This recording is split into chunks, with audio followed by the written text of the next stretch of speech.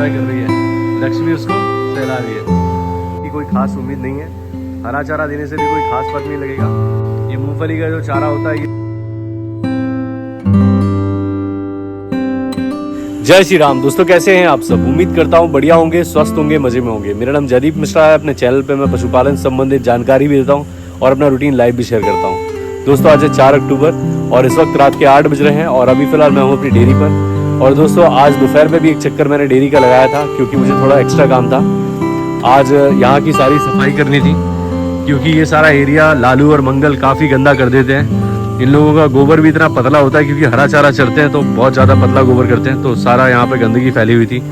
तो आज मैंने दोपहर में पूरा लगभग 1 बजे दोपहर में काम स्टार्ट किया था सफाई का यहाँ बाहर की, और 2 बजे के आसपास 1 घंटा लगा मुझे इतना एरिया साफ़ करने में, लेकिन एकदम साफ़ सुथरा हो गया था दोस्तों, बिल्कुल। और अभी देखिए अब एकदम बेहतरीन साफ़ है क्योंकि जो सानी वानी बच जाती है वहाँ यहाँ पर मैं मैट बिछा के उसके ऊपर डाल देता था ताकि ये लोग खाते रहे, लालू वगैरह, लालू मंगल खाते रहे।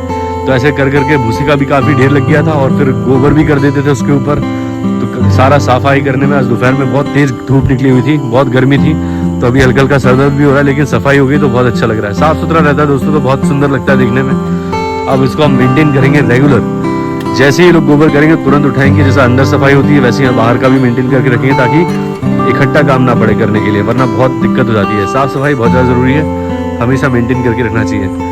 और अभी फ़िलहाल लालू खा रहा है यहाँ पर सानी, जो कि डेजी की बची हुई है, तो आराम से ये खा रहा है। इसमें काफ़ी खल है, चोकर है, सब कुछ है, तो ये बढ़िया खा रहा है। मंगल गया हुआ चरने के लिए, वो आएगा तो वो भी खा लेगा। लालू तब तक जितना बचेगा तो ठीक है, वरना लालू तो निपटा ही रहा है। लालू की आँख ठीक नहीं हुई दोस्तों, मैंने वो पत्तियाँ काफ़ी लगाई लेकिन मैं दवाई ववाई कुछ नहीं लेके आया क्योंकि अब कोई असर दिख नहीं रहा मुझे। तो ठीक है, अब आँख एक चली गई, कोई बात नहीं, लेकिन खा तो रहा है बढ़िया, सही है, चरने भी जाता है।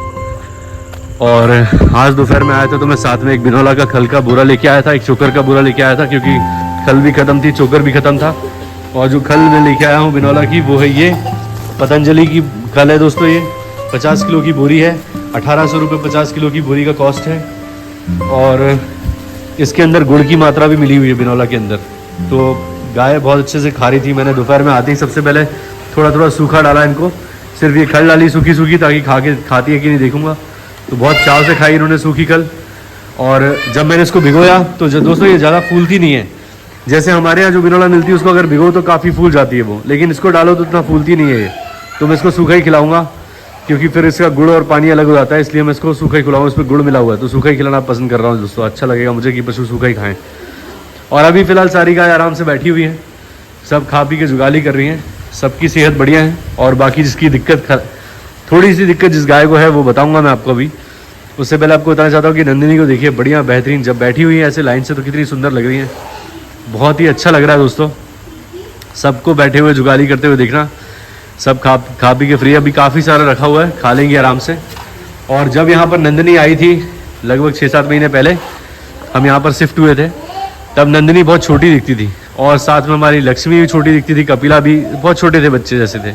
बड़ी बड़ी गाय सिर्फ 3 ही दिखती थी, लेकिन आज अगर आप देखें तो मुझे सब लगभग हाइट में थोड़ी थोड़ी बड़ी लग रही हैं और काफ़ी अंतर आ गया यहाँ पे इनको। अब कुछ दिनों में हमारी सारी बच्चियाँ बड़ी बड़ी दिखने लग जाएंगी और गाय बन जाएंगी, तो ये बढ़िया बात है। मैं बहुत खुश हो रहा हूँ इनको देख के कि यहाँ पर इनकी सेहत सही है और इस बरसात भर में कोई दिक्कत नहीं हुई है। अब मौसम आने वाला है सर्दी का, धीरे धीरे मौसम में परिवर्तन हो रहा है। सुबह सुबह हल्की हल्की ठंड होती है, शाम को भी ठंड होती है, बाकी दोपहर में तो कड़क धूप निकल रही है।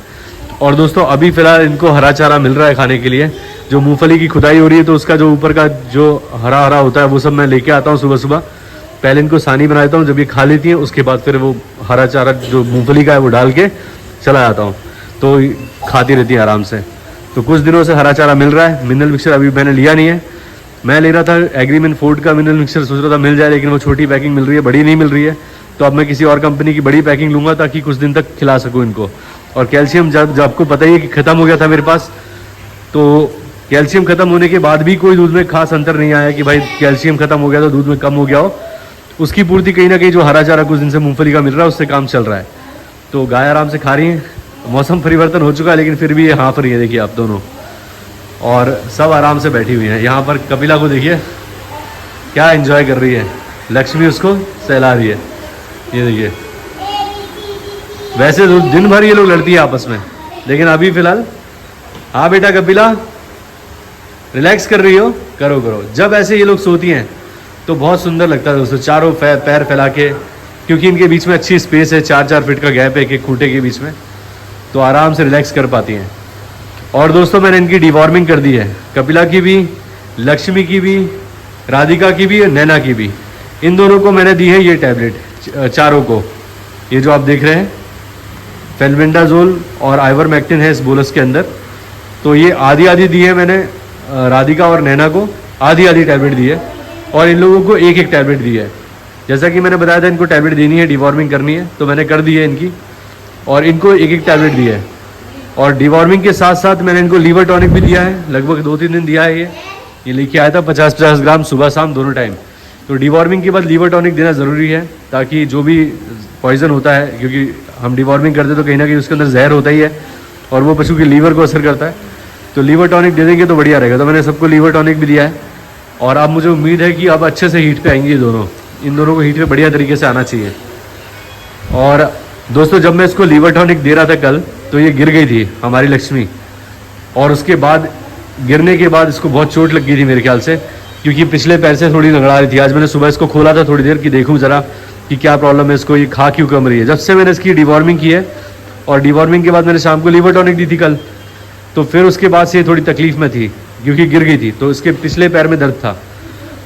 तो फिर मैंने सोचा कि भाई क्या क्या समस्या आ गई है इसको, तो मैंने बाहर थोड़ी देर खोला, मंगल के पास भी लेके गया, मंगल को इसको दोनों को मिलवाया मैंने कि देख लो भाई बहुत दिन बाद तुम लोग मिल रहे हो, कभी साथ में बधा करते थे, आज एक दूसरे को मिल लो थोड़ा, तो इसको भी थोड़ा अच्छा लगा।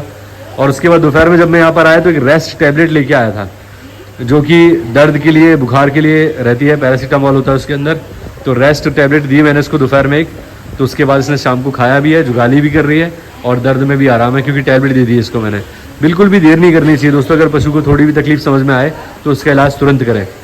तो इलाज से फ़र्क तो पड़ा है इसको। और दोस्तों लाली की मिल्किंग की थी मैंने कल शाम को, 5-6 दिन पहले मैंने इसकी मिल्किंग की थी, उसके बाद कल शाम को मिल्किंग की है। अडर में काफ़ी दूध बन चुका था, तो निकालना ज़रूरी था। जब मैंने शाम को कल मिल्किंग की तो लगभग इसने 1.5 लीटर के आसपास दूध दिया था चारों थनों से। और अभी फ़िलहाल दूध बन रहा है, उतना ज़्यादा नहीं बन रहा है, लेकिन फिर भी बन रहा है। तो जब तक बनता रहेगा ऐसे ही 6-6, 7-7 दिन में इसको ड्राई करूँगा, मतलब खाली करूँगा। और 10 तारीख को, इस महीने की 10 तारीख को इसको 7 महीने कंप्लीट हो जाएंगे, तो उसके बाद फिर मैं इसको ट्यूब चढ़ाऊँगा। तो जो ट्यूब चढ़ानी है दोस्तों वो हमारे यहाँ मेडिकल पे उपलब्ध नहीं थी, सिर्फ एक ही ट्यूब थी, तो मैंने फिर उनसे बोला, फिर उन्होंने बुलवा दी। तो अभी फ़िलहाल मेरे पास उपलब्ध हो चुकी है, और ये 4 अडर सेफ के नाम से आती है ट्यूब, ये मेरे पास हैं, और ये चारों थनों के लिए हैं, और एक की कॉस्ट है 165 रुपये। तो ये चढ़ाई जाएगी लाली को 10 तारीख के बाद।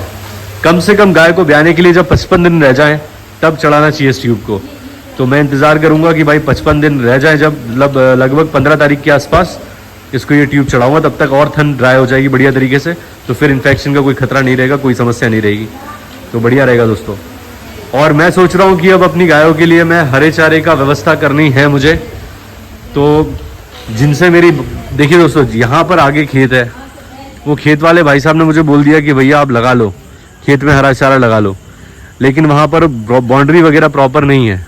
तो मुझे अगर खेत में हरा चारा लगाना है तो पहले फेंसिंग वगैरह करनी पड़ेगी पूरी, फिर उसके बाद वहाँ पर जिनका खेत, जो उस खेत में रहते हैं, उनसे भी बात करनी पड़ेगी कि वो कोऑपरेट करें मुझे जब मैं चारा लगाऊं, तो फिर बाद में दिक्कत ना हो कि भाई हमने चारा लगा लिया वहाँ पे, जिसका है वो तो बोल रहा है कि आप लगा लो, लेकिन जो वहाँ रह रहे हैं वो लोग सपोर्ट करते हैं कि नहीं, क्योंकि यहाँ मैं रहता नहीं हूँ। अगर उन्होंने गेट वेट खुला छोड़ दिया, कुछ हो गया और आवारा पशु चल रहे हैं, तो नुकसान तो मेरा ही होगा। तो इसलिए पहले उनसे बात करनी पड़ेगी, वहाँ फेंसिंग लगानी पड़ेगी, और पानी की क्या व्यवस्था है, मोटर वगैरह है कि नहीं, ये सारा मुझे वहाँ जाके समझना पड़ेगा, और उसके बाद हरा चारा लगा सकता हूँ। तो ये सारी व्यवस्था पहले मैं एक बार बात करूँगा, जाके देखूँगा, तो कल वल में मैं आपको बताऊँगा कि कौन सा खेत है, कैसी जगह है, क्योंकि अभी वक्त है बरसीन बोने का, खेत भी खाली हो रहे हैं, तो अभी फ़िलहाल टाइम सही है। तो एक बार जाके ज़रूर बात करूँगा वहाँ पर, और जैसा भी होगा अपडेट दूँगा आपको।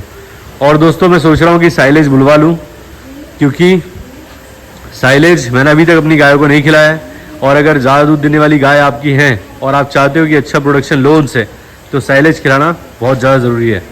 लगभग यहाँ से 80 किलोमीटर दूर है जहाँ पर साइलेज अवेलेबल है, वहाँ से सेल होता है, तो मैं वहाँ जाऊँगा और वहाँ से लेके आऊँगा। 650 रुपये वहाँ पर रेट है, ला के यहाँ पे 7.5 के आसपास पड़ेगा मुझे। तो मैं सोच रहा हूँ कि इस बार 2 टन के आसपास साइलेज लूँ और अपनी गायों को खिलाऊँ, क्योंकि जब तक हरा चारा नहीं है तो साइलेज से काम चलेगा। और साइलेज तो बहुत ही अच्छा रहता है, पशु को थोड़ा बहुत दाना भी उसके अंदर मिल जाता है, मक्का भी होता है। तो अगर हाई मिल्किंग वाली गाय है आपके पास तो साइलेज खिलाना बहुत बढ़िया रहेगा। और दोस्तों हमारे एक सब्सक्राइबर हैं जो कि राजस्थान से हैं, उनके पास 5 गाय हैं, 2 भैंस हैं। और उनका सवाल ये था कि मैं डिवॉर्मिंग वगैरह भी करता हूँ अपनी गायों की, भैंसों की, और उसके बाद भी मेरी गाय भैंस पतली होती जा रही हैं, दुबली होती जा रही हैं, वेट गेन नहीं कर रही हैं और प्रोडक्शन भी इस बार कम है पिछली बार की कंपैरिजन में। तो क्या करें कि उनकी हेल्थ अच्छी हो जाए और दूध उत्पादन भी बढ़ जाए। तो दोस्तों पशु का दुबले होने के पीछे बहुत से कारण होते हैं और साथ ही साथ दूध कम देने के भी कई सारे कारण होते हैं। आपको किन चीज़ों का ध्यान रखना है मैं ये बता सकता हूँ, और अगर आप इन चीज़ों का ध्यान रखेंगे तो आपको उत्पादन भी अच्छा मिलेगा, आपके पशु की सेहत भी अच्छी रहेगी। तो सबसे पहले दोस्तों आपको क्या करना है कि आपके पशु की आप डिवॉर्मिंग टाइम से करते हैं, उसके बाद आप लीवर टॉनिक देते हैं कि नहीं। अगर नहीं देते हैं तो दीजिए। डिवॉर्मिंग करने के बाद लीवर टॉनिक पशु को जरूर दीजिए। हर 3 महीने पे करते हैं, डिवॉर्मिंग के बाद आप लीवर टॉनिक देना स्टार्ट कीजिए। और डिवॉर्मिंग करने का सही तरीका क्या है वो भी मैं आपको बताता हूँ कि आप डिवॉर्मिंग जब भी करें अपने पशुओं की तो रात को अगर आपके पशु गाभिन है तो उनको शक्कर दीजिए लगभग 250 ग्राम, और अगर गाभिन नहीं है तो उनको आप गुड़ दीजिए 250 ग्राम रात को, और सुबह खाली पेट आप उनकी डिवॉर्मिंग कीजिए। और हर बार अपनी दवा बदल दीजिए, जिससे आप डिवॉर्मिंग कर रहे हैं उसको बदल दीजिए, ताकि उसके पेट में जो परजीवी होते हैं उनको भी दवा की आदत हो जाती है। अगर आप हर बार डिवॉर्मिंग करते हैं और एक ही दवा से करते हैं तो उससे भी वो कई बार सस्टेन मतलब सर्वाइव कर जाते हैं। तो आप दवा बदल देंगे तो पशु के अंदर के पूरे कीड़े साफ हो जाएंगे। तो आप डिवॉर्मिंग अब की बार करें तो दवा बदल दीजिए, और अगर आप डिवॉर्मिंग के बाद लीवर टॉनिक नहीं देते तो लीवर टॉनिक दीजिए, क्योंकि लीवर टॉनिक देने से जो भी लीवर को डैमेज होता है डिवॉर्मिंग की दवा से उसको रिपेयर करता है और लीवर को स्ट्रॉन्ग करता है, जिससे आपका पशु फीड भी ज़्यादा उठाता है और उसका प्रोडक्शन भी बढ़ता है। तो आप लीवर टॉनिक डिवॉर्मिंग के बाद ज़रूर दीजिए, दवा को बदल दीजिए, और अपने पशु की फीड में गायों को कम से कम 10 से 15 किलो हरा चारा प्रत्येक गाय को देने की कोशिश कीजिए, ताकि उनको जो भी न्यूट्रिशन हरे चारे से मिलना चाहिए वो प्रॉपर मिल जाए। और जितना दूध दे रही है उसके फीड को भी उसी हिसाब से दीजिए, जितना दूध दे रही है। मान लीजिए आपकी गाय 10 लीटर दूध देती है तो आप 5 kg फीड दीजिए उसको। फीड का मतलब है जो आप संतुलित आहार देते हैं वो, हरा चारा भूसा छोड़ के फीड जो होती है कंसंट्रेटेड फीड, जिसमें खली चुनी चोकर भी हो सकता है, कोई कंपनी का आप फीड यूज़ करते हैं वो भी हो सकता है। तो ये आप 10 लीटर वाली गाय को कम से कम 5 किलो दीजिए दिन भर में फीड, और उसके बाद 2 किलो दीजिए बॉडी वेट के लिए। हम दूध के लिए तो पशु को देते हैं दाना, लेकिन हम उसकी बॉडी वेट के लिए नहीं देते हैं, तो वो भी देना जरूरी है। कई भाई मुझे कमेंट करते हैं कि आप चोकर ज़्यादा देते हो, तो मेरे पास खिलाने के लिए अलसी की खली होती है, ज़्यादातर चने की चुनी थोड़ी बहुत कभी कभार खिलाता हूँ, या फिर चोकर रहता है।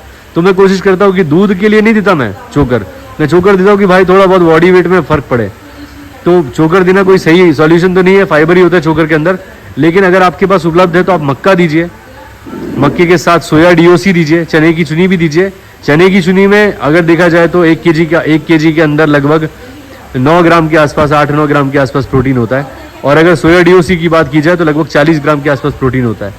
तो आप सोया डीओसी का यूज़ ज़्यादा कीजिए, क्योंकि आपको कॉस्टिंग ज़्यादा लगेगी, वो 50-60 रुपये किलो होगी, लेकिन उसके अंदर प्रोटीन ज़्यादा है। चने की चुनी के अंदर प्रोटीन कम है, तो आप चने की चुनी को भी यूज़ कीजिए, सोया डीओसी को भी यूज़ कीजिए, मक्के को भी यूज़ कीजिए फीड के अंदर, और कोई अच्छी खल यूज़ कीजिए, बिनौला हो गई, अलसी हो गई, सरसों हो गई, इस तरह की फीड आप तैयार कीजिए। और लगभग 5 kg के आसपास 10 kg वाली गाय को दूध के लिए, और 2 kg उसकी बॉडी वेट के लिए, और लगभग 10 से 15 किलो हरा चारा, वही 10 किलो के आसपास दिन भर में भूसा, ये दीजिए आप।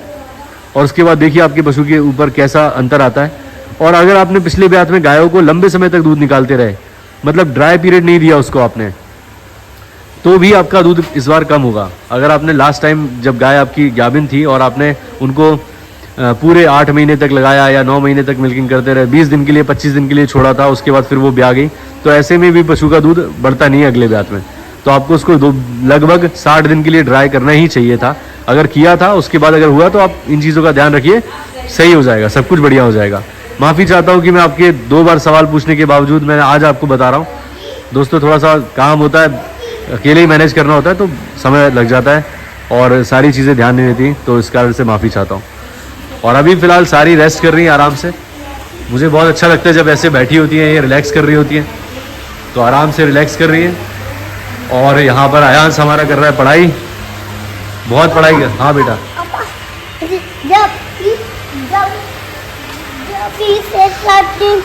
लग जाएंगे तो दे दोगे? हाँ मैं दे दूंगा तुमको, खेलते रहना इनसे, ठीक है? ठीक इसकी ये नहीं टूटती। वो नहीं टूटेगी, वो निकाल देते हैं, कैप रहती है उसको निकाल देते हैं। ठीक है, पढ़ाई कर ली तुमने? Good boy. और ऋत्विक गेम खेल रहा है यहाँ पे, खेलो।